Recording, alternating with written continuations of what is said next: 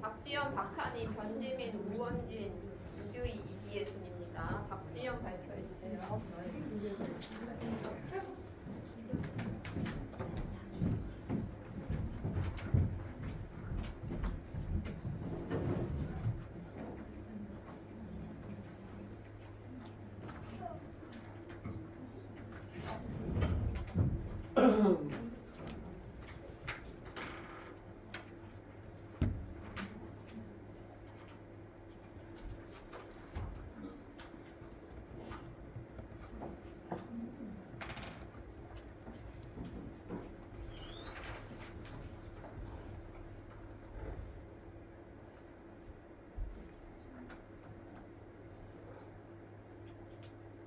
네, 하세요.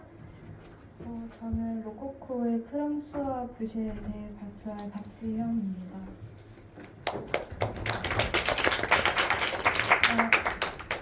우선 로코코를 좀 살펴보자면 프랑스 왕정이 무너지자 신흥 부르주아 계급이 새로운 지배층으로 등장하게 됩니다.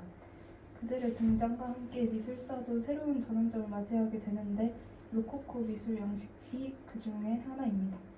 로코코 미술의 특징은 다소 무겁고 어두운 바로크 양식에 비해 장식을 위주로 하는 그림답게 대부분 밝고 화려한 특징을 가지고 있습니다. 섬세한 선과 화려한 색채 그리고 환상적인 주제 등 이러한 로코코 화풍을 가장 잘 대변하는 화가가 바로 프랑스와 부시입니다. 프랑스와 부시는 프랑스 로코코 미술의 전성기를 대표하는 화가로 1703년 파리에서 태어났습니다. 그는 레이스 디자이너였던 아버지에게 그림을 배워 17세쯤이 되었을 때는 역사화가 르무안느의 제자가 되었습니다.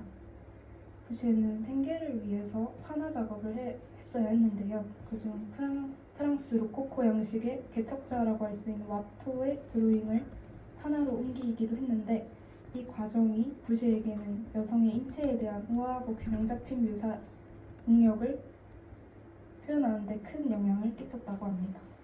그리고 당시 프랑스와 부시는 친구이자 후원자이며 루이 15세의 연인이었던 퐁파드르 부인의 주문에 따라 베르사유를 비롯한 프랑스 여러 지역에서 뛰어난 장식화들을 그렸습니다. 그렇게 부시는 고전적인 주제의 관용적인 그림들과 장식적인 예술가로 성장했습니다. 부시는 그 시대의 취향과 유행을 가장 정확하게 반영한 작품으로 궁정과 귀족, 상층 부르주아 후원자들뿐만 아니라 서민 대중에게까지 폭넓은 인기를 누렸습니다. 프랑스의 색이라고도 불린 28세기에 유럽이 받아들인 프랑스적인 것의 가장 전형적인 이미지가 바로 부시의 그림에서 나왔다고 합니다. 부시는 40여 년에 걸친 오랜 활동기간 내내 왕성한 생산력을 보여주었습니다.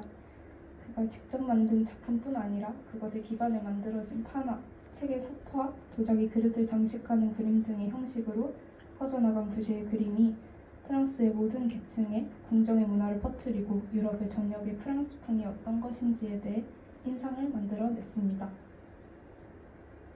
화가로서 부시의 전성기는 1740년대이고 그중 1742년도에 출품한 디아나의 목욕은 이 시기 부시의 대표작입니다. 로마 신화 속 달의 여신이자 순결의 수호신인 디아나와 ним프를 그린 작품입니다. 역시 이 작품에서는 섬세한 선과 화려한 색채들의 표현이 돋보입니다. 신화라는 주제는 여성의 누드를 그리기 위함일 뿐 사실상 그림의 초점은 나체인 여성의 몸에 맞추어져 있습니다. 신화를 주제로 한 부시의 그림은 사랑의 신화라는 뜻의 미솔로지 갈랑트라고 불렸는데 그 대부분 이렇게 메시지보다는 화면의 감각적 아름다움이 부각되는 특징을 가졌습니다. 햇빛을 받아 투명하게 빛나는 균형감을 가진 여신의 누드는 인상파를 비롯한 많은 화가들에게 큰 영감을 주었다고 합니다. 그 외에 부시의 작품들로 퐁파드르 부인, 쉬고 있는 소녀 등에서도 비슷한 특징인 여성의 인체에 대한 표현 그리고 장식적인 표현들을 엿볼 수 있습니다. 그러나 1750년대는 부시에 대한 적대적 비평이 시작되던 때였고 그 비평가의 대표적인 인물은 최초의 미술 평론가 중 하나인 계몽사상가 디드로였습니다. 디드로는 부시가 여성의 신체 부위만을 보여주기 위해서 붓을 잡는 화가라고 했고 진실을 제외한 모든 것을 가지고 있는 사람이라고 평가했습니다. 자연에 충실한 것, 곧 사실성과 도덕을 작품 평가의 기준으로 삼았던 디드로에게 부시의 작품은 비현실성과 부도덕 그 자체였기 때문입니다. 하지만 부시의 장기는 근심 걱정 없는 세상, 아름다운 판타지를 창조해내는 것이었습니다. 부시의 명성과 그림의 가치는 그가 죽은 지 10년도 되지 않아 완전히 하락하게 되었습니다. 부시에 대항한 예술적 혁명의 주역이었던 다비드와 그의 제자들은 부시를 조롱하였고 대혁명 기간에 폰파드르 부인이 미술품으로 주장한 많은 성이 파괴되었고 그 안에 있던 부시의 작품 역시 소실되었습니다. 그러나 낭만주의자들이 로코코가 보여준 자유로움을 옹호하기 시작했고 19세기 중반이 되어서는 몇몇 작가들이 부시의 모방작을 만들기도 하였는데 이는 당시 미술 시장에서 부시의 작품이 인기를 유지하고 있었기 때문입니다. 귀족 문화의 절정기를 그리워하는 상류 계층들이 그의 작품을 사들였고 이들에게 부시의 그림은 귀족성을 상징하는 작품으로 여겨졌기 때문에 그 가치가 이어져 왔다고 생각합니다. 발표 마치겠습니다.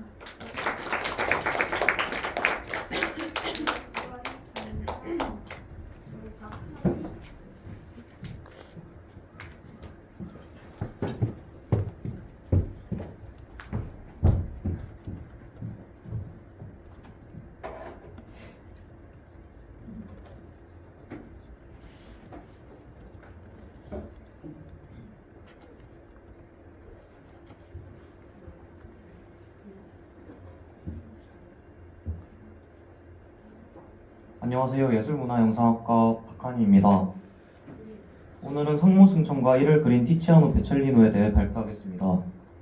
성모승천이란 작품에 대해 먼저 설명드리기 전에 먼저 화가 티치아노 베첼리노에 대해 설명드리겠습니다. 티치아노 베첼리노는 르네상스 시대 이탈리아 베네치아에 살았던 화가입니다. 베네치아 화파의 대표적인 인물로 주로 거론되는 화가이기도 합니다. 베네치아 화파는 이탈리아 르네상스의 한 기류로서 이 화파의 특징은 뚜렷하고 강력한 색채들의 활용과 명암의 대비로 작품에 깊이와 입체감을 주는 것이 있습니다. 베네치아 화파의 대표적인 인물답게 티치아노 베첼리노의 작품들에서도 베네치아 화파의 전형적인 특징들을 확인할 수 있습니다. 이러한 정보들을 바탕으로 성모승천을 보시면 특유의 강렬한 색감과 그림에 나타난 깊은 공간감들을 쉽게 발견할 수 있습니다.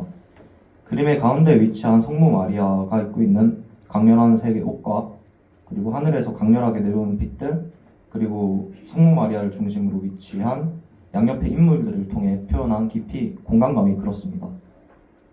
이 그림에 담긴 이스토리아는 그리스도교의 전승 중 하나인 성모승천으로 성모 마리아의 죽음 후에 그녀의 영혼과 육신이 모두 하늘로 승천했다는 이야기입니다. 이를 작품에서 효과적으로 표현하기 위해 성모 마리아가 청상으로 이제 승천하는 것을 지상과 천상이 대비되는 구조로 표현하였습니다. 이런 구조 말고도 그림 전체적으로 나타나는 인물들의 간격을 통해 균형미를 갖춰 그림이 안정된 모습을 띄고 있기도 합니다. 또한 이 그림의 또 다른 특징으로 작가의 뛰어난 인체 표현과 그림 속 인물들의 드라마틱하게 동적인 모습을 취하는 포즈를 들 수 있습니다. 이렇게 티치아노 베첼리오의 특징을 토대로 그의 또 다른 명화인 우르피노의 비너스, 천상과 세속의 사랑 등의 작품들을 살펴본다면 그의 작품관을 더 잘 이해할 수 있을 것입니다. 이상으로 발표 마치겠습니다.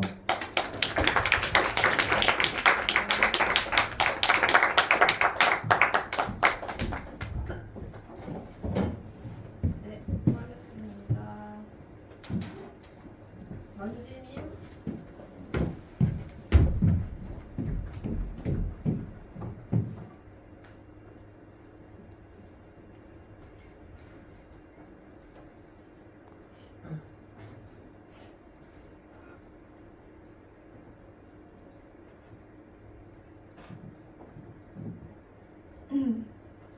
네, 안녕하세요. 저는 3학번 변지민이라고 합니다. 저는 오늘 발표에서 한 명의 화가를 여러분들께 소개해 드릴 건데 바로 앞에 나와 있는 윌리엄 블레이크라는 화가입니다. 이분은 낭만주의 시기에 활동했던 분이고 화가, 작가, 시인 등등의 다방면에서 활동하셨다고 합니다. 저번 주 수업에서 배워서 알 수 있듯이 낭만주의는 당대의 사회상인 이성, 과학 등에 맞서서 자신만의 상상력으로 세계를 만들어가는 것에 중점을 두고 있는 거 다들 아시겠죠?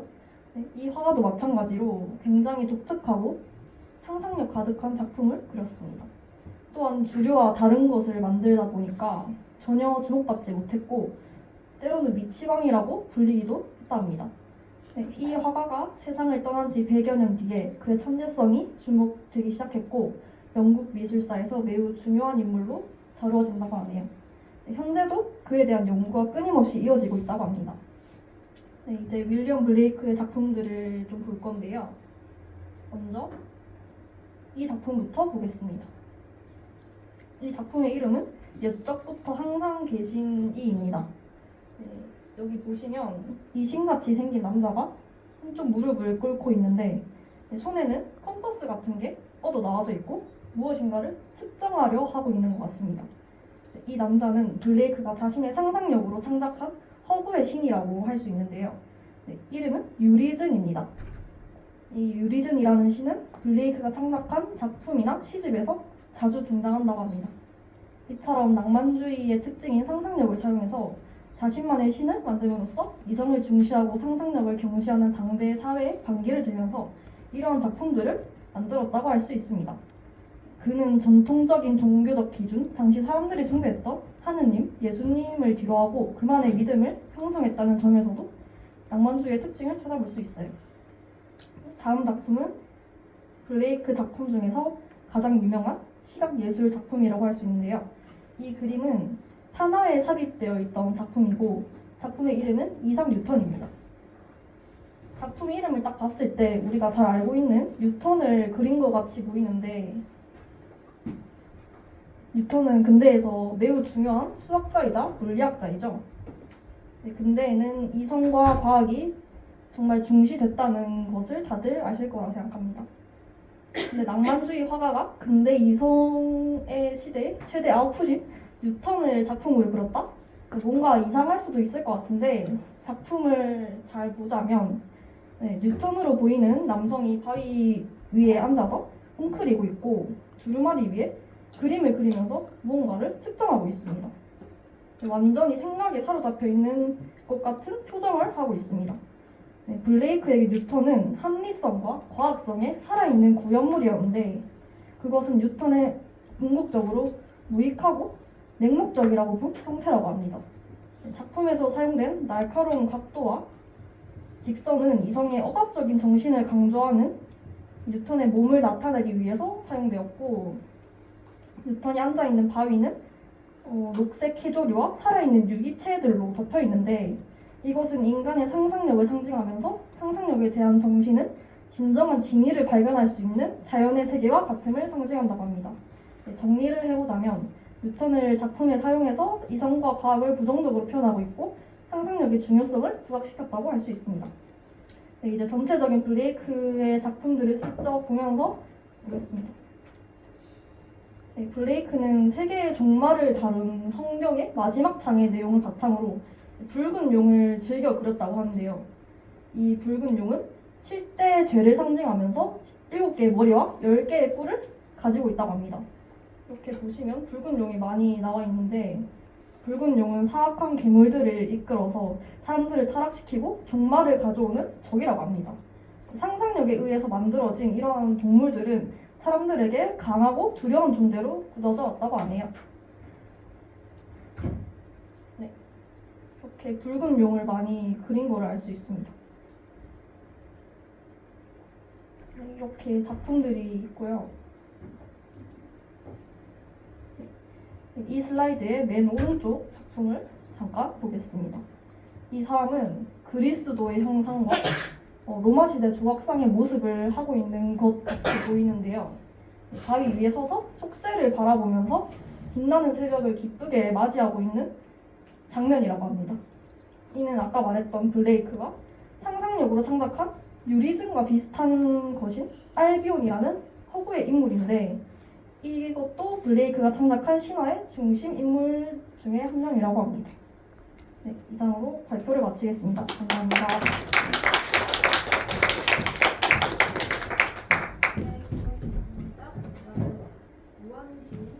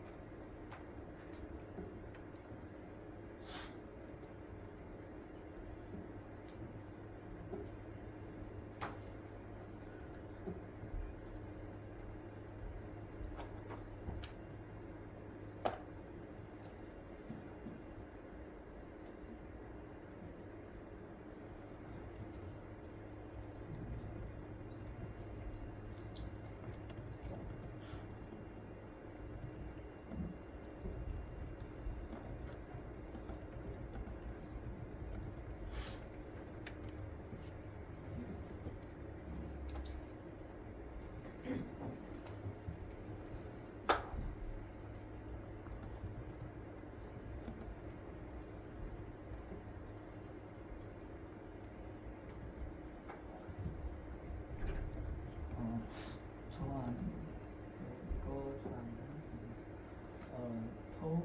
도움이 필요합니다.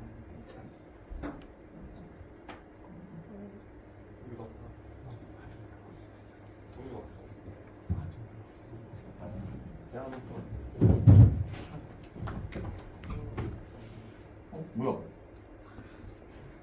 어?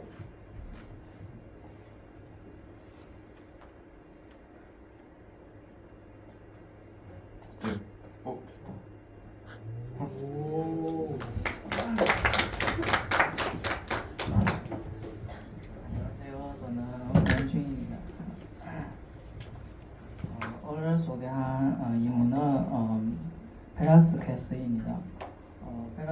페라스케스는 스페인 펠로크를 대표하는 17세기의 효론회화를 중심적인 인물이다. 그는 피과 색이 나는 순수하게 회화적인 요소를 중심으로 그리는 방법 자재를 용신하여 18세기의 고야 19세기의 마네와 인상주의의 화가 20세기 피카소 다리 프란시스 페리커과 미쇼 보거르엘이라는 미술사 안팎을 수많은 인물들에게 공유한 용감을 주 회화 중 화가이다. 대표작은 페리스 게스와 완신 가수 신료들 이노 KTV 요사 아라케르와 시자는 요인들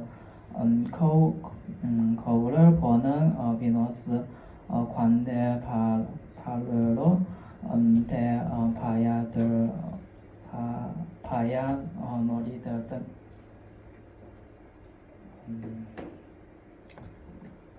이 작품 배경은 17세기 피라스 게스는 스페인 구한 피라스 4세의 구한 화사로 이하다가 구한 빌리브 4세의 회로를 받아 페라스케스와 완시 가수 신료들을 참고하셨다.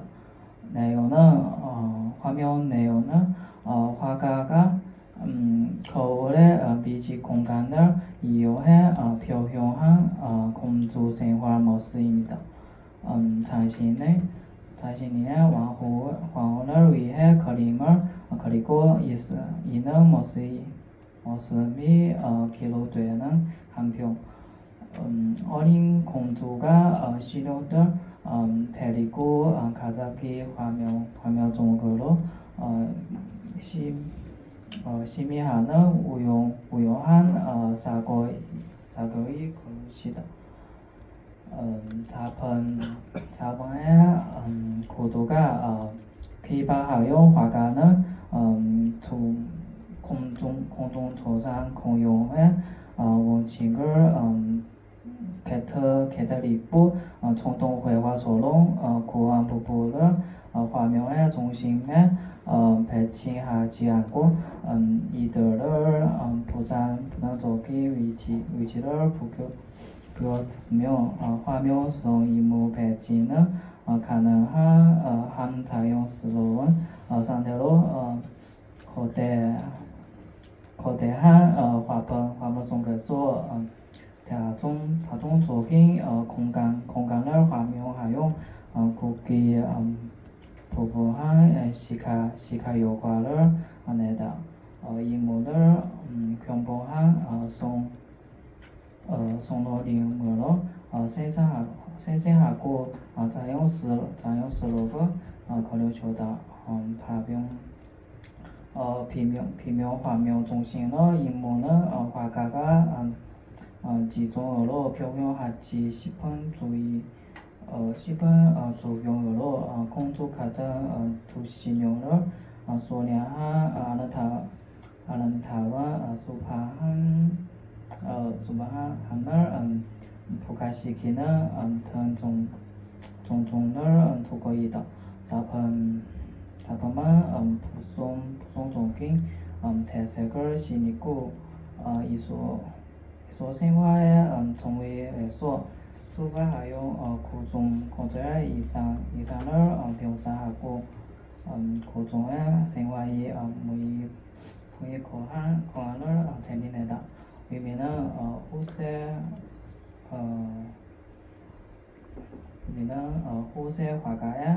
화가에게 기본 의미가 있어 세계 세다 유화 중 하나로 것이다. 마치겠습니다.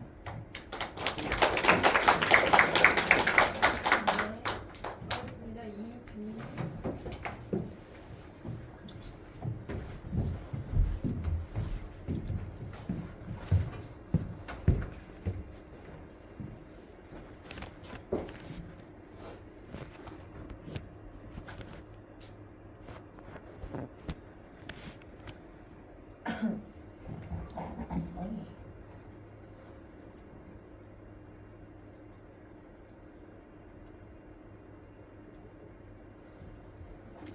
네, 지금부터 인상주의 길을 연 낭만주의 화가 윌리엄 터너에 대해 발표할 23학번 이주희라고 합니다.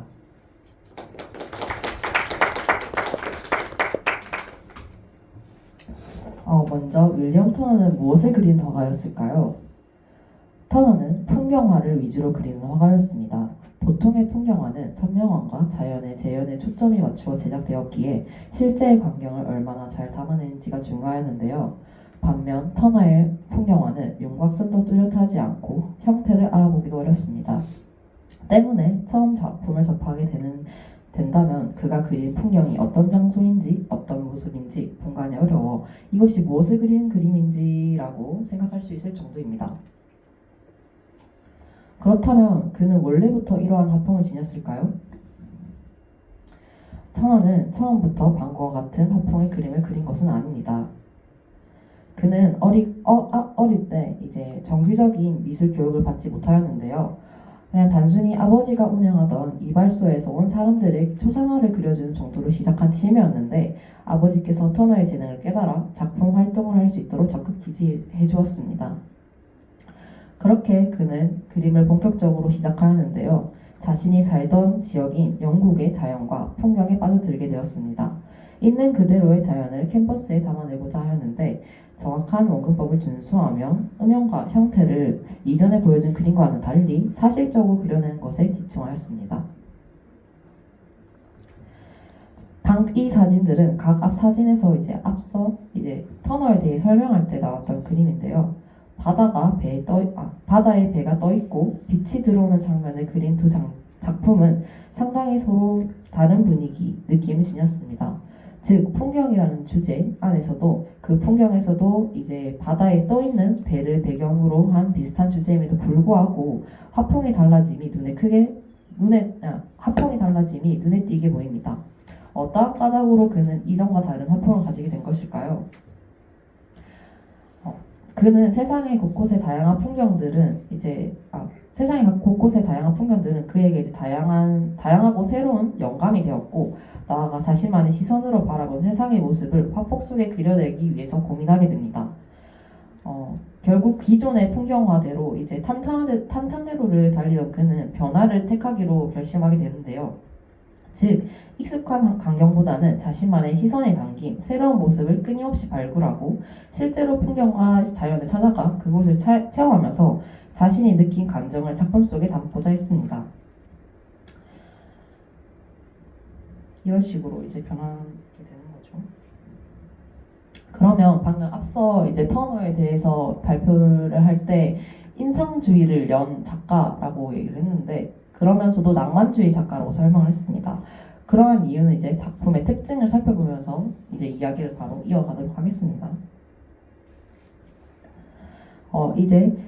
터너의 작품의 특징은 어떤 것이 있을까요? 터너는 자연의 웅장함과 아름다움을 중심으로 그렸다는 특징이 있습니다. 또한 나아가서 빛과 색의 조합을 통해서 감정과 분위기를 표현하였는데요. 이러한 점에서 이제 터너의 작품은 낭만주의와 인상주의 사이에서 자리 잡게 된 것입니다. 이 사진은 터너 작품인 눈보라인데요. 단순히 아름다운 풍경을 그린 것이 아니라 폭풍이 치는 바다 위에 떠있는 배를 그린 그림으로 자연의 위대함과 인간의 무력함을 동시에 보여줍니다. 즉 폭풍이 치는 광대한 바다 위에 언제 침몰할지 모르는 배를 보면서 우리는 인간이 대적할 수 없는 자연의 거대한 힘의 공포와 숭고함을 느끼며 이제 이러한 것을 통해서 무한자나 절대자의 존재를 인식하게 만드는 것이죠. 여기에서 낭만주의 특징인 무한 절대성을 포착하고자 한 것이 드러나고 세세한 소묘보다는 색채를 더 중요시했다는 것이 보입니다. 다음으로 보여드린 여기 띄운 사진은 비증기 속도라는 작품인데요. 이 작품은 빛과 스팀을 통해 속도감을 표현하였습니다. 여기서 빛과 색을 중심으로 구성하였다는 점, 빛과 색의 자유로운 표현이 이루어졌다는 점, 빛이 물체에 미치는 영향을 중요하게 다루었다는 점과 같이 이러한 점이 이제 인상주의 특징에서도 나타나는데요. 율리언 터너는 인상주의 이전에 활동하였지만 이러한 그의 작품은 인상주의 특징을 담고 있기 때문에 이제 인상주의 화가들에게 영향을 크게 주었고 그래서 저도 마찬가지로 인상주의 길을 연이라는 수식어를 붙여보았습니다. 이처럼 터너의 작품은 무한 절대성을 포착하고자 하였다는 점에서 소묘보다는 색채를 중심했다는 점에서 낭만주의 특징을 가지고 있음은 물론 빛과 색을 중심으로 그려냈다는 점에서 인상주의 특징을 또한 담고 있기 때문에 이후의 예술 경향에도 큰 영향과 영감을 주었습니다. 여기까지가 인상주의를 연 낭만주의 화가 윌리엄 터너에 대한 이야기였으며 이 작가의 이제 말로는 이러한 이 당시에는 되게 파격적이었다고요. 이런 그림체가. 그래가지고 그 사람들에게 조금 지지를 못 받고 그냥 후계자도 키우지 못한 상태로 조금 해안가에서 은거 생활을 하고 나서 이제 나머지 자기 작품들은 영국에 이제 기부를 하였다고 합니다. 그는 이제 그렇게 인생을 마감을 함으로써 남긴 유언이 있는데 빛은 그러므로 색이다라는 말을 남겼습니다. 이 말은 이제 터너의 작품을 관통하는 말이라고 저는 생각을 하여 이렇게 마지막 PPT상에 이제 적어보았고 이제 이러한 말을 마무리로 이제 발표를 끝내도록 하겠습니다. 이상 발표를 마치도록 하겠습니다. 감사합니다.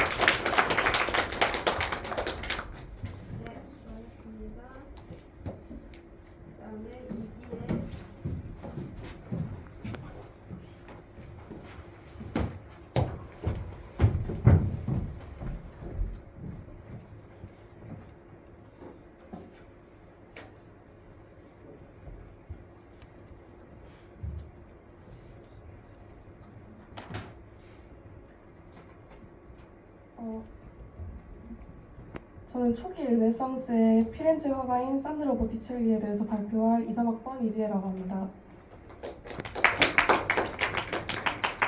먼저 보티첼리가 활동하였던 초기 르네상스의 특징이라고 하면 다들 아시겠지만 먼저 중세에서 자연주의로의 전환에 따라 자연 관찰의 중요성이 대두되기 시작합니다. 이를 위해서 과학적인 방법인 원근법, 단축법, 해부학 등을 사용하기 시작했고 또 고대로 돌아가자는 의미의 르네상스이기 때문에 고대에서 중요하게 여기던 조화, 비례, 균형들이 다시 중요하게 여겨집니다. 또 여기서 나아가 화면의 통일성을 확보하는 것이 중요해지기 시작합니다. 보티첼리는 미와 사랑의 내용을 시적으로 잘 드러내는 화가로 당시 상류층의 귀족적 상황과 감정적인 갈망을 만족시켜줄 수 있는 역량을 가진 화가였습니다. 초기에는 이탈리아의 화가인 리피의 문화에서 그림을 배워서 신비적인 감수성과 원근법, 또 빛의 사용, 3차원적 형태, 기하학적 구성 등을 배우게 됩니다. 이후에는 당시 피렌체에서 많은 예술가들을 후원했었고 또 큰 영향을 끼쳤던 메디치 가문의 후원을 받으며 신플라톤주의적인 경향을 띠게 됩니다.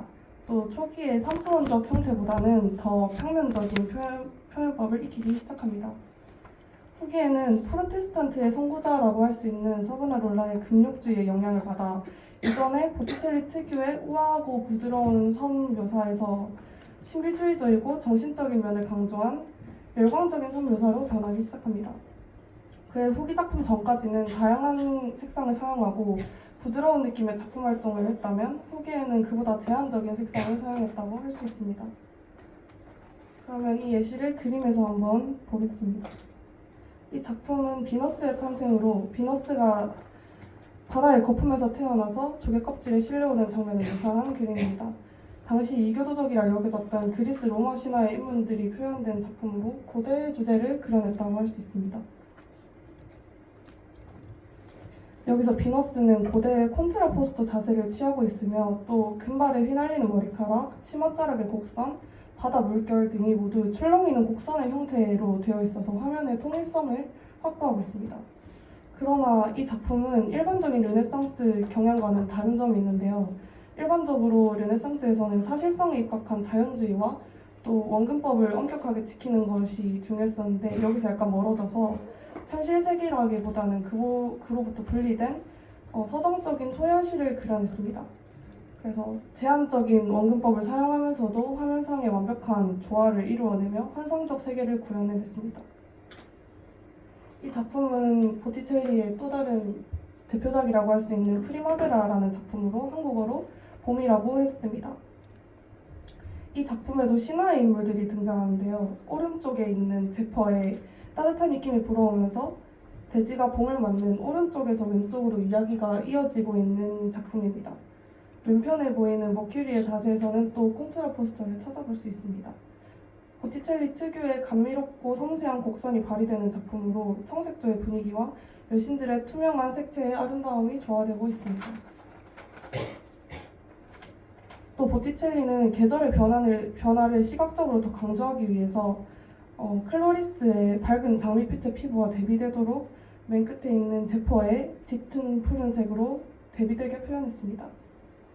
이 작품에 대한 해석이 되게 여러 가지로 분분한데요. 그 중에 대표적인 것 두 가지만 얘기하자면 먼저 후원자인 메디치 가문이 평화로운 봄을 맞는 피렌체의 보호자 역할을 한다는 것을 은유적으로 표현한 것이라 하는 해석이 있습니다. 뒤에 있는 배경에 무성한 오렌지 나무를 메디치 가문을 상징하는 것으로 보는 것입니다. 또 다른 해석으로는 신플라톤주의적 해석으로 신의 사랑의 근원으로서 성모 마리아를 대신하여 비너스를 재현하였다고 해석하는 것입니다. 마지막으로 후기에 사보나롤라의 영향을 받은 후 보티첼리의 작품인 신비한 탄생입니다. 정적인 화면 구성과 비현실적으로 선명한 색상들은 사실주의적인 르네상스에서 더 멀어지고 오히려 중세로 돌아가는 듯한 느낌을 줍니다. 위쪽에 적힌 글들은 이 장면을 친절하게 설명해주고 있는데요. 보티첼리의 후기 회화에서 이렇게 장식적인 요소가 감소하고 화면 구성이 전보다는 딱딱해진 느낌이 드는 것은 예술가의 기교를 무가치한 것으로 강조했던 사보나롤라의 견해에 영향을 많이 받은 것으로 생각됩니다. 이상으로 발표 마치겠습니다. 감사합니다. 네, 수고하셨습니다.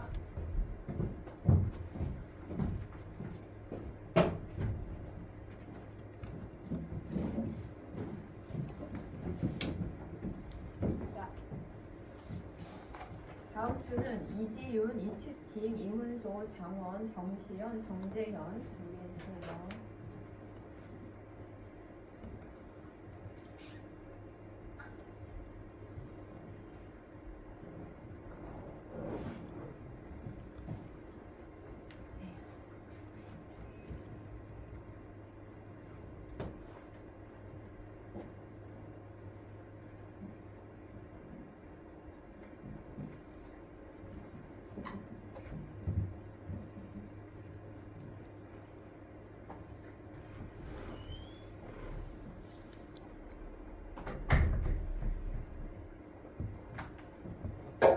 자, 지난 시간에 조금 덜 했던 거 낭만주의 첫 번째 보고 뒤로 넘어갈게요.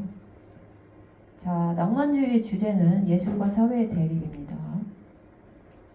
왜 대립이 일어났는지 그 이야기를 했죠. 그리고 그 대립이 어떤 식으로 표현되었는지도 이야기를 많이 해서 네.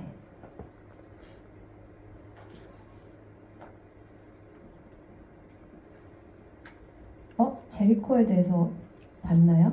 이 작품 봤어요? 안 봤죠? 아, 네, 이거부터 봐야 되겠네.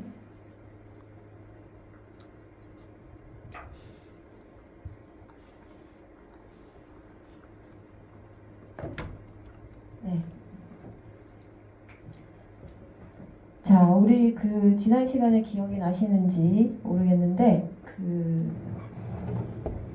부르주아 사회의 전반적인 취향하고 예술가들, 낭만주의 예술가들의 취향이 이제 갈라서는 지점이 왔다고 했잖아요. 거기에는 이제 혁명에 대한 환멸이라든가 이런 게 깔려 있었다고 하고. 근데 이제 우리가 그 당시 살아보지 않아서 사실 구체적인 건 모르는데 순수예술의 탄생이라는 책에 보면 왜 예술가들이 굉장히 관념적으로 그냥 혁명을 비판했다는 기보다는 생활 속에서 이렇게 와닿는 것들이 있었다고 해요. 이게 무슨 말이냐면 이제 프랑스의 경우이지만 이제 혁명 정권이 들어선 다음에 그 사회 자체를 아예 혁명적으로 바꾸려고 하는 움직임이 있었는데 그 문화예술계 사람들 이제 일종의 정부가 통제를 하는 움직임이 생겨났다는 거죠. 이제 뭐 한마디로 구체제를 옹호하는 그런 반동적인 예술은 이제 만들지 말고 이제 혁명을 찬양하는 예술을 만들어라. 근데 이제 일부 예술가들은 그건 좀 너무 그 통제 이런 거는 예술에 적합하지 않으니까 그런 거 하면 안 된다고 하는 사람도 있었지만 혁명 정부는 그렇게 생각하지 않았어요. 그래서 예를 들어서 과거부터 있었던 음악 장르 중에 오페라가 있었잖아요. 근데 오페라에는 귀족들이 많이 등장인물로 나온단 말이죠. 근데 그 오페라 줄거리하고 상관없이 맨 마지막에 갑자기 뜬금없이 혁명가를 부르고 마감을 해야 된다. 뭐 이런 식의 규칙이 생겨나가지고 뜬금없이 혁명가가 불려지고 끝난다든지. 그 다음에 이제 오페라에 등장하는 귀족 역할을 맡은 배우들이 길을 가다가 갑자기 린치를 당한다든지 그 혁명을 옹호하는 사람들이 저기 나쁜 놈이 간다 이러면서 현실과 그걸 구별 못하고 막 린치를 가는 게 생기고 또 혁명 정부가 전체적으로 그 예술가들 막 조직해가지고 그 전국 방방곡곡에 다니면서 혁명가를 창작해가지고 그거를 불러야 된다. 그래서 동네방네 가서 막 부르고 다니고 막 이런 식의 일을 했다고 합니다. 그래서 이제 예술가들이 그 자유를 중시하는 경향하고 안 맞죠. 그러니까 뭔가 이제 혁명이라면 지긋지긋하다 이런 식의 분위기가 확산이 됐다고 합니다. 아무튼 근데 이 혁명도 여러 그 18세기 말이 끝이 아니었다 그랬죠. 계속 이 19세기에 와서도 엎치락뒤치락 하고 있었는데 이 테오도르 제리코라는 사람은 이제 초기 낭만주의 화가인데 제가 그랬잖아요. 그 낭만주의 형의 인간형이 있다고. 그게 뭐라 그랬죠? 부르주아 사회하고 대립되는 낭만주의 인간형이라는 거는 뭐 하는 사람이라고 그랬죠? 그쵸? 모험을 떠나는 사람이죠. 방랑하는 사람, 모험을 통하는 사람. 그러니까 나라에서 사회에서 정해진 자기 자리에 있는 게 아니고 근데 이제 그 무엇에 대한 반항인지는 기억하시죠? 그 부르주아 극이라든지 그 호가스 같은 사람이 그린 그런 교훈적인 이야기 그런 거 이제 싫다. 그 가정 아버지 말씀 잘 듣고 자기 자리를 지키는 게 이제 좋은 거다. 이런 거 싫고 우리는 자기 자리를 떠나서 기억하시잖아요. 국가조차도 거부하고 국가는 기계이기 때문에 기계 이념은 있을 수 없다는 등 그리고 이 세계 전체가 나로부터 태어난다는 등 하는 굉장히 자기 혼자 자율적인 개인에 대한 찬사 그리고 그들은 자기 자리에 머물러 있지 않고 막 돌아다녀요. 모험을 떠나는데 그 안개 산맥 위의 방랑자 기억하시잖아요. 이것도 약간 맥락 비슷해요. 근데 여기에는 물론 좀 더 스토리가 있어요. 그 이제 프랑스는 그 독일하고 기질적으로 조금 달라서 뭐 개인의 차이도 있지만 그 안개바다 위 그거는 조금 추상적인 이야기잖아요. 구체적인 사건하고는 좀 관계가 없는데 이거는 좀 실제 일어났던 사건하고 관계가 있어요. 이 작품 많이 보시지 않았어요? 유명하잖아요. 이 작품 제목이 뭐죠? 그죠? 메두사의 뗏목이죠. 근데 이 메두사가 뭐죠? 그 배 이름이잖아요. 물론 신화 속에 괴물도 되지만 배의 이름이에요. 메두사호라는 게 있는데 이 당시 이제 소위 제국주의 서구 열강이 이제 전 세계로 막 뻗어나가서 여러 나라를 막 식민지화하고 있던 그런 게 시작이 됐던 시대인데 알제리 세네갈인 것 같습니다. 네. 세네갈 프랑스가 이제 아프리카에 진출해가지고 아프리카 나라들을 식민지 삼았잖아요. 그 중에 이제 세네갈을 식민지로 삼는데 세네갈뿐만이 아니라 이제 방금 얘기했던 알제리 포함 아프리카의 많은 부분을 식민지화했죠. 근데 이제 그 아프리카에 가면 떼돈을 번다더라. 그런 소문이 막 돌아가지고 아프리카로 가려고 하는 사람들이 많이 생겼어요. 프랑스에. 그 식민지 가가지고 한 건 하겠다 이런 사람들 많았는데 그래서 이제 메두사호라는 배가 출발했어요. 세네갈을 향해서. 근데 이게 가다가 난파했습니다.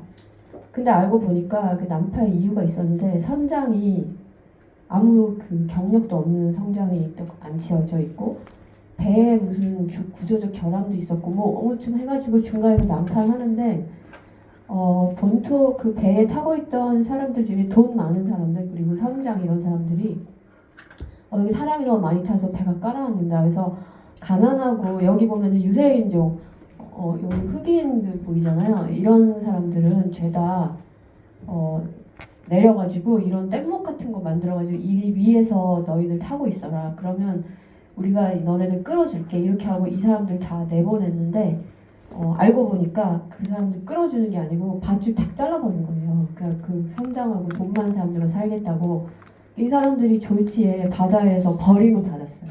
근데 이게 실제 있었던 사건이에요. 그래서 이들이 바다 위를 떠돌다가 너무나 굶주림에 뭐 심지어는 이 죽은 사람을 뜯어먹었다는 얘기도 있고 거의 많은 사람들이 죽었어요. 그러니까 이미 막 죽어서 넘어진 사람들 보이잖아요. 이렇게 물속에 막 떨어진 사람들 그리고 요 살아있는 사람들은 살려달라고 필사적으로 손을 흔드는데 지금 뭘 보면서 손을 흔들죠? 저기 가물가물 보이지도 않는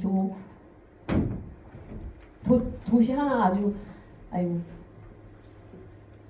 먼 곳에 도시 하나 보여요.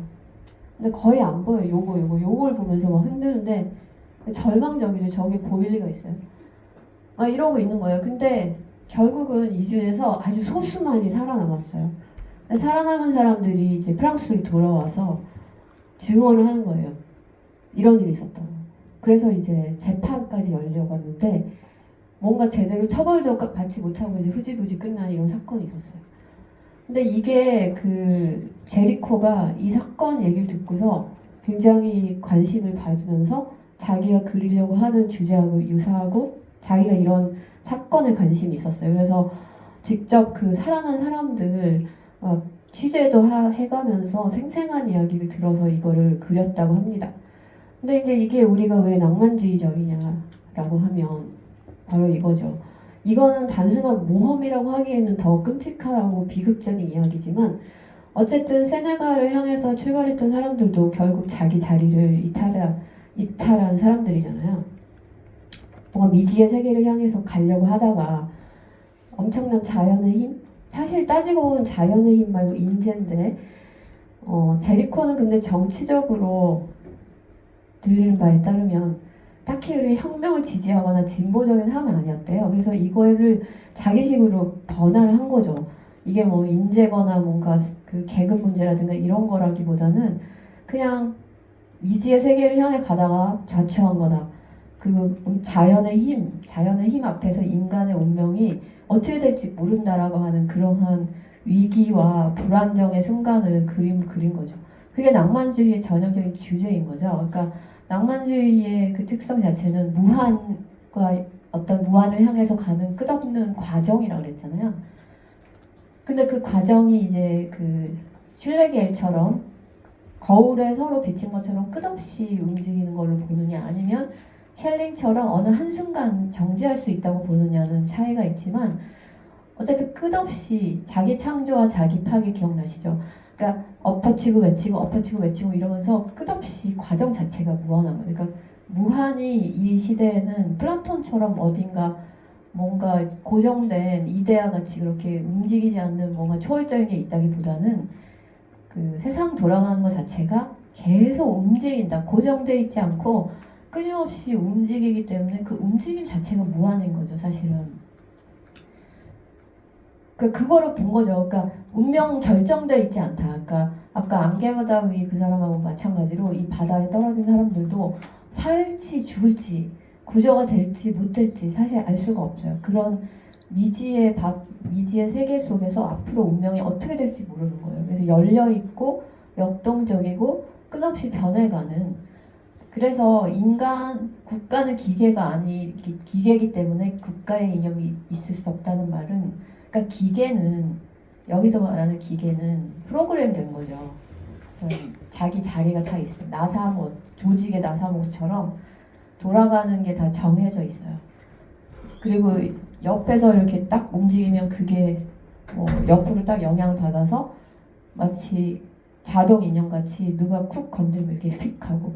그러니까 그 인과관계 속에 딱 갇혀 있는 걸 기계라고 이 사람들 생각을 했고, 반면에 유기체, 기계의 반대는 유기체죠. 그래서 국가는 더 이상 유기체가 될 수가 없고 오로지 유기적인 것은 예술 속에만 존재한다. 근데 유기적인 것이라는 거는 아까 이렇게 기계처럼 이렇게 탁 치면은 탁 움직이는 이런 인과관계로 짜여진 그런 것이 아니고 매 순간 어떻게 될지 모르는 거죠. 생명이라는 게 그런 거잖아요. 생명은 도약하고 변화하고 끊임없이 자기를 갱신하는 거죠. 그래서 사회와 인간 자체도 살아있는, 우리 자연에 항상 두 가지의 뉘앙스가 있다 그랬잖아요. 서구에서 능산적 자연과 소산적 자연이죠. 근데 이들이 이제 능산적 자연이 당연히 모델이겠죠. 그런데 단순히 이제는 자연만이 아니라 자연이 인간의 모델이라기보다는 인간 자체가 어떤 자연을 단순히 수동적으로 받아들인 존재라기보다는 자기의 운명을 적극적으로 개척하면서 자연과 대립하는, 자연과 한판 승부를 벌리는 그런 존재.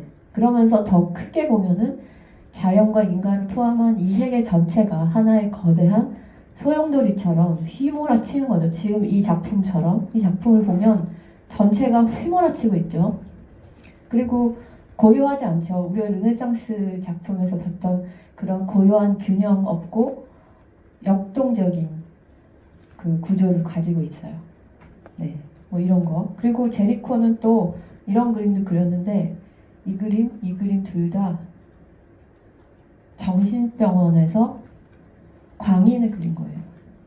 근데 이거 굉장히 파격적인 거죠. 이때까지 그림 속에 대부분 초상화는 고귀한 사람들, 귀족, 왕족, 후원자들 이런 사람들 그리는지 이런 사람들 광인 이런 거는 그 예전에 이제 정신병원이라는 건 사실은 치료를 위한 게 아니죠. 거의 감금을 하고 그 인권 같은 건 없고 그런 데 시대고 정신병에 걸린 사람들 사람 취급을 안 했잖아요. 괴물 취급을 했는데 제리코는 관심을 가지고 이들을 그러한 도덕적 자태로 바라보지 않고 오히려 이런 거죠. 그러니까 낭만주의는 인간에 그래서 되게 비정상적이고 어두운 곳에도 관심을 가져요. 그러니까 왜냐하면 그것이 어떤 현실을 구성하는 그 기계적이고 산문적이고 말하자면 도덕적인 그런 사회로부터 이탈하는 그런 영역이잖아요. 그러니까 사회가 포용하지 못하는, 사회가 배척하는 그러한 영역에서 인간의 새로운 오히려 상상력을 찾을 수 있지 않을까? 그래서 어떤 이런 약간 환각을 본다든지 환상에 빠져 있다든지 이런 거를 관심을 가지게 되고, 그래서 이렇게 광인들을 그리기도 했어요. 네.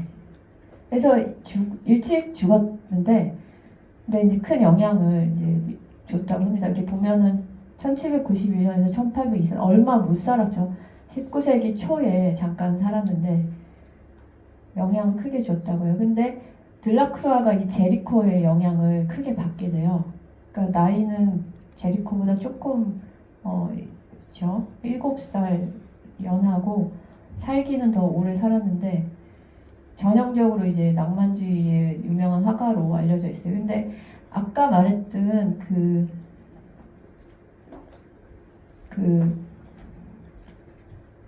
국가로부터의 이탈이라고 하는 주제가 들라크루아에게서도 보이긴 하는데 또 처음에 초기 작품 중에는 안 그런 것도 있어요. 그러니까 그거는 이제 혁명의 들라크루아는 이제 그 제리코보다는 좀 사회에 관심이 있었는지 처음에는 이제 정치적인 주제를 좀 많이 그렸는데, 예를 들어서 이거는 이제 키오스 섬의 학살이라고 하는 작품인데요.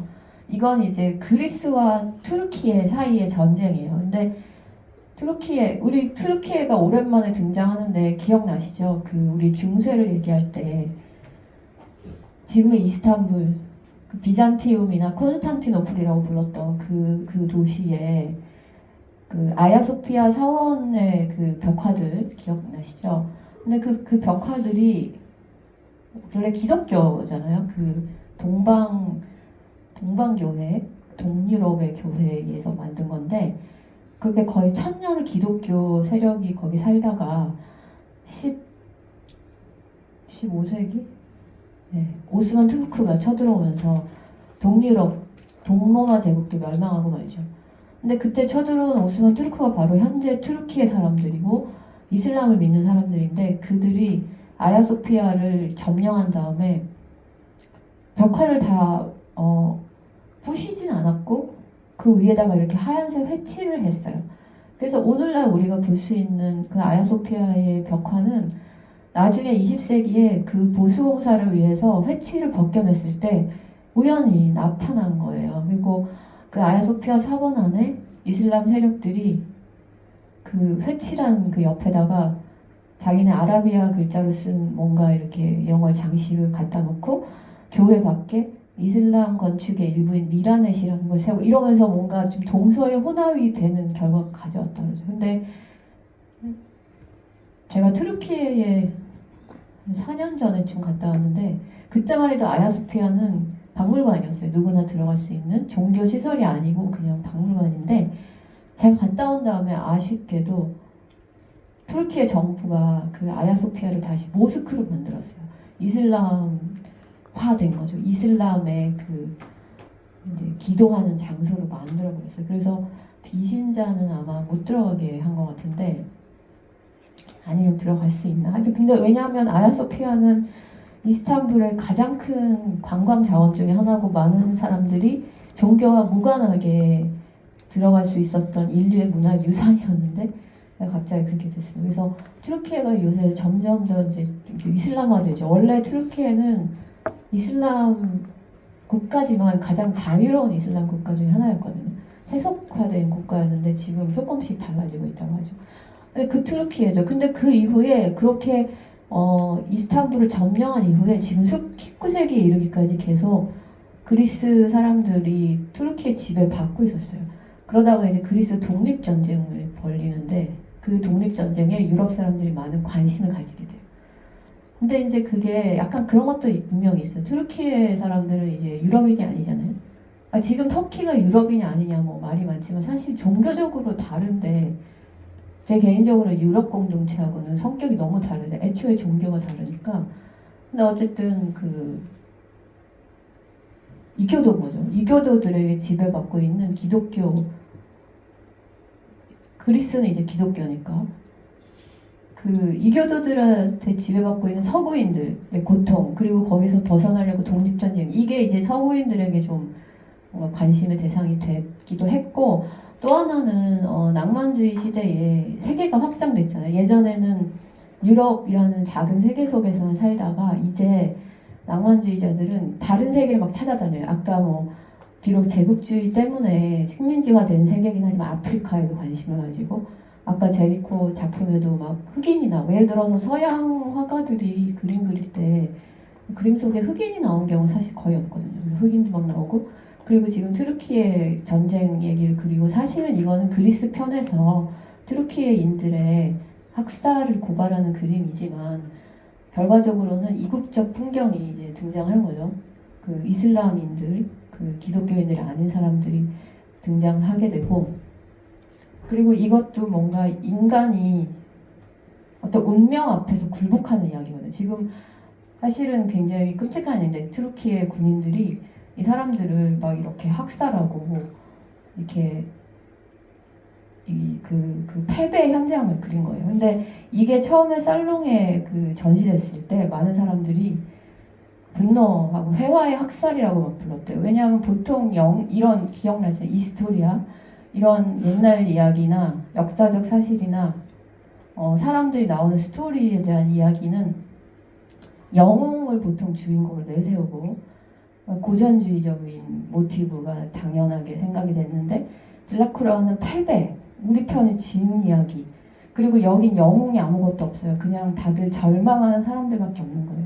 근데 이런 세계관 자체가 낭만주의적인 세계관이라고 할 수 있어요. 그러니까 아까는 근데 인간이 중심이라며, 개인이 중심이라며라고 얘기하는데, 그거하고 사실은 동전의 양면이에요. 한편은 인간은 자기 힘으로 뭐 안개바다든 바다든 이것을 헤치면서 나갈 수 있는 자유로운 힘이 있는 존재지만, 아까 어떻게 될지 모른다 했잖아요. 한편으로는 이렇게 굴복해가지고 패배할 수도 있어요. 그러니까 그는 어느 한쪽을 절대화하지 않는다면, 낭만주의는 이렇게 될 수도 있고 저렇게 될 수도 있어요. 근데 운명은 알 수가 없다.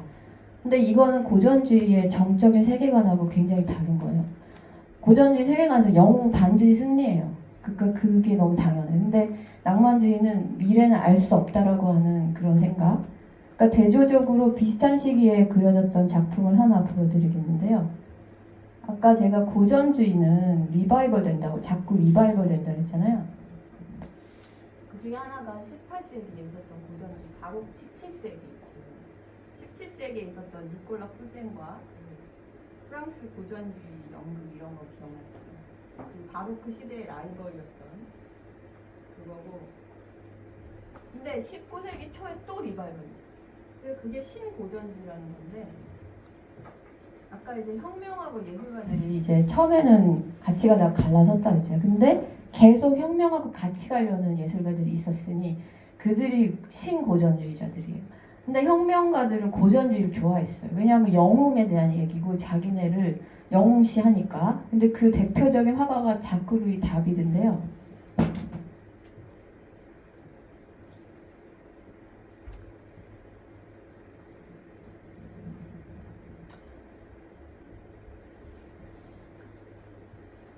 이 호라티우스 형제의 맹세라는 작품이 있는데, 이미지가 좀 크면 좋겠는데 어떤 게 큰지 모르겠는데 조그만, 그냥 아시는 대로 이렇게 봅시다. 뭐 잘린 것 같은데 1억 크기가. 네, 이거는 다비드가 이제 조금 19세기, 18세기 말에 1782년에 그린 건데, 여기 보면 낭만주의적 세계관하고는 완전히 다른 세계를 볼 수 있죠. 이들은 지금 싸우러 나가는 그 고대 로마의 형제들인데 이 검에다 대고 이렇게 맹세를 하죠. 근데 너무나 이 남성적이고 영웅적인 몸짓으로 이렇게 추호의 망설임도 없이 지금 맹세를 하고 있어요. 이들은 영웅이에요. 그래서 이 사람들이 죽어도 근데 과거에 영웅들의 특징은 본인이 설사 죽는다고 해도 그거는 영광인 거예요. 왜냐하면 가문에 그리고 국가의 이름이 영원히 남으니까. 그러니까 개인보다 그런 집단의 명예가 사실 더 중요한 거죠. 그리고 반면에 이들의 어떤 부인들은 막 울고 있어요. 그러니까 굉장히 여성적인 것은 나약하게 이렇게 표현이 되고 남성적인 것은 이제 굉장히 힘차게 표현이 되는데 결국은 여기도 이 글은 뭐죠? 이 글에도 나오지만 애국심과 자기 희생, 조국을 위해서라면 개인의 비극은 극복되어야 한다. 뭐 이런 가치관을 담고 있단 말이에요. 그럼 혁명가들이 좋아할 수밖에 없죠. 그리고 사실은 그 다비드가 끝까지 그러니까 혁명의 현장에 뛰는 화가예요. 이 다비드의 그림 중에 굉장히 유명한 그림이 그거잖아요. 그 마리 앙투아네트가 촬영장에 끌려가는 걸 보고서 스케치까지 하고 나중에 나폴레옹이 등장했을 때 나폴레옹의 대관식까지 그린 사람이에요. 근데 나중에는 이제 좀 나폴레옹이 틀어져가지고 결국 망명을 하게 되는데 하여간 혁명과 같이 한 사람이에요. 그러니까 이 사람은 낭만주의자들하고는 굉장히 다른 관점을 가지고 있죠. 그리고 이 유명한 작품도 이것도 많이 보셨을 거예요. 이 작품 마라의 죽음이라는 것도 다비드인데 이 마라가 혁명가잖아요. 혁명가가 암살당했는데 그 장면을 그린 거거든요. 이것도 역시 영웅의 어떤 모습이에요. 근데 낭만주의 그림에 영웅이 없어요. 그리고 있다고 해도 전통적 의미의 국가와 가문을 위해서 자기를 희생하는 그런 영웅은 아니에요. 오히려 자기 오로지 개인의 관점에서 국가고 가족이고 사회고 관계없고 개인의 입장에서 나의 미래를 스스로 개척해 보겠다고 하는 그러한 개인의 입장이지 더 이상 사회 조직의 개인은 아닌 거예요. 그래서 이러한 패배와 우울조차도 이제 낭만주의는 표현을 하는 거죠. 그리고 이 작품은 되게 고의적으로 일반적인 영웅 회화의 반대 구도를 취하고 있죠. 중간이 비어 있잖아요. 원래 영웅이 가운데 있고 주변에 딴 사람들이 있어야 되는데 이거는 가운데 텅 비어 있고 그 가장자리에 이렇게 U자 모양으로 다른 사람들이 있으면 이들은 생기가 하나도 없고 이렇게 다 축축 처져 있어요. 네, 근데 비교적 영웅 그나마 이제 드라큘라가 그린 것 중에 그나마 영웅서사에 가까운 것은 이 작품이죠. 이거는 아까 말했듯이 드라큘라는 제리코에 비해서는 혁명에 호의적이었고 조금은 믿음을 가지고 있었기에 이 그림을 그렸는데 이 그림도 전통적인 의미의 고전주의적인 것은 아니다. 그러니까 국가를 위해서 개인이 희생해야 된다는 식은 아니다. 왜냐하면 이 중간에 있는 이 사람은 사실 실제하지 않는 여신이잖아요. 리베르테라고 하는 자유의 여신이고 약간 신화적 상상력으로 이 혁명을 표현한 거죠. 이 작품은 19세기 초에 그린 건데요.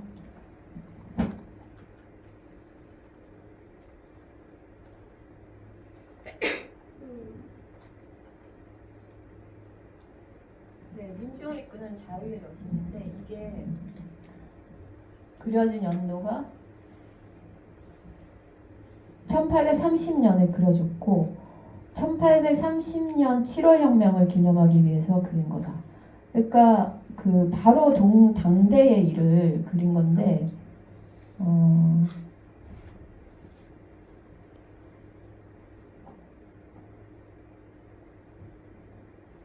1830년 7월 혁명으로 샤를 10세가 쫓겨나고 샤를 10세 루이 필리프 1세고 네, 하여간 그 디테일한 건 복잡해서 저도 기억을 못하겠지만 이제 중간에 이제 공화정이 다시 왕정으로 되돌아갔단 말이죠. 거기에 앉아있던 사람이 샤를 10세인 것 같은데 그 사람이 또 제대로 통치를 못해서 시민들이 쫓아내자고 이렇게 들고 일어났던 것 같습니다. 네, 7월 혁명과 퇴위가 나와 있네요.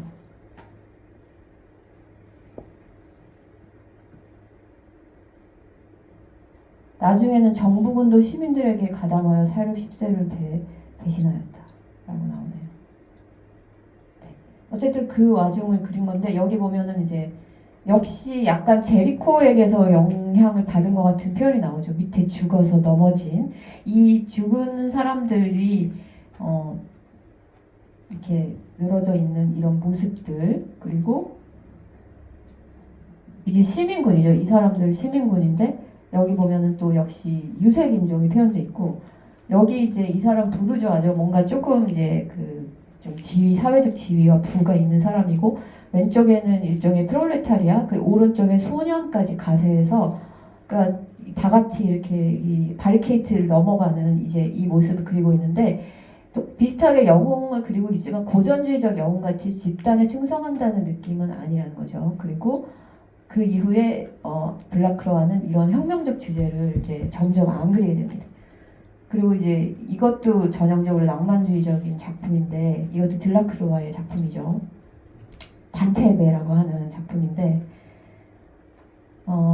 이것도 메두사의 뗏목과 연장선상을 볼 수 있죠. 같은 모티브예요. 다만 메두사의 뗏목이 실제 일어났던 일이라면 이거는 이제 상상의 이야기, 낭만주의는 상상력을 굉장히 중요시 여긴다고 했잖아요. 그래서 천국과 지옥, 뭔가 아득한 먼 옛날 또는 아득히 먼 동양, 뭐 이러한 그 심지어 무슨 북극, 예를 들어서 카스파다피드 브리들이 작품 중에는 북극에 대한 그림도 있고 막 그래요.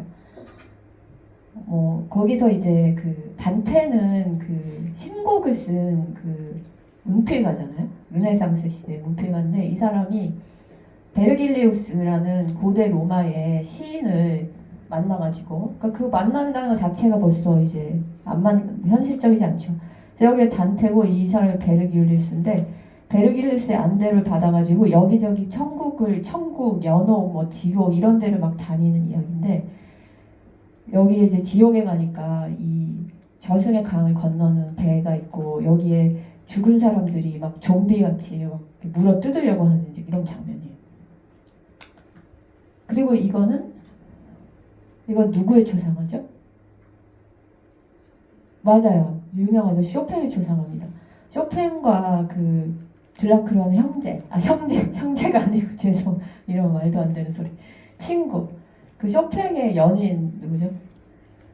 조르주 상드. 예, 그 사람들 세 명이서 같이 잘 만났고 그리고 들라크로아는 조르주 상드와 쇼팽이 같이 있는 그림을 그리기도 했어요. 근데 쇼팽도 되게 유명한 낭만주의 음악가잖아요. 근데 이 작품 자체가 낭만주의의 정수를 보여줘요. 그러니까 천재, 우리 벌써 이렇게 딱 이 그림을 보면서 범상한 사람이 아니네. 그러니까 눈이 약간 돌아 있어. 뭐 약간 그런 느낌이 있잖아요. 그런 어떤 천재적인 예술가, 그리고 예술가는 천재고 천재는 곧 예술가다라고 하는 그리고 초상화의 어떤 옛날 기능은 그냥 사진 대신에 그 사람을 정확하게 묘사하는 게 옛날 초상화의 기능이었다면 이 그림은 좀 덜 완성됐다는 느낌이 들 정도로 그리는 사람의 주관적 감정이 잔뜩 들어가 있어요. 그러니까 그게 이제 낭만주의 정리라는 거죠. 그리고 이거는 들라크로아 본인의 초상화예요.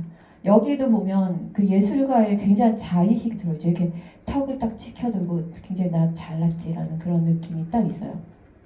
그리고 역시나 주변의 처리 같은 것도 미완성이라고 볼 만큼 대충 그린 것 같은데 사실 이것도 주관적이고 세계의 어떤 명확한 묘사보다도 나의 정신 상태, 심리 상태가 더 중요하다라고 하는 그런 낭만주의적 정신의 표현이죠. 그리고 이 들라크로아나 쇼팽 본인도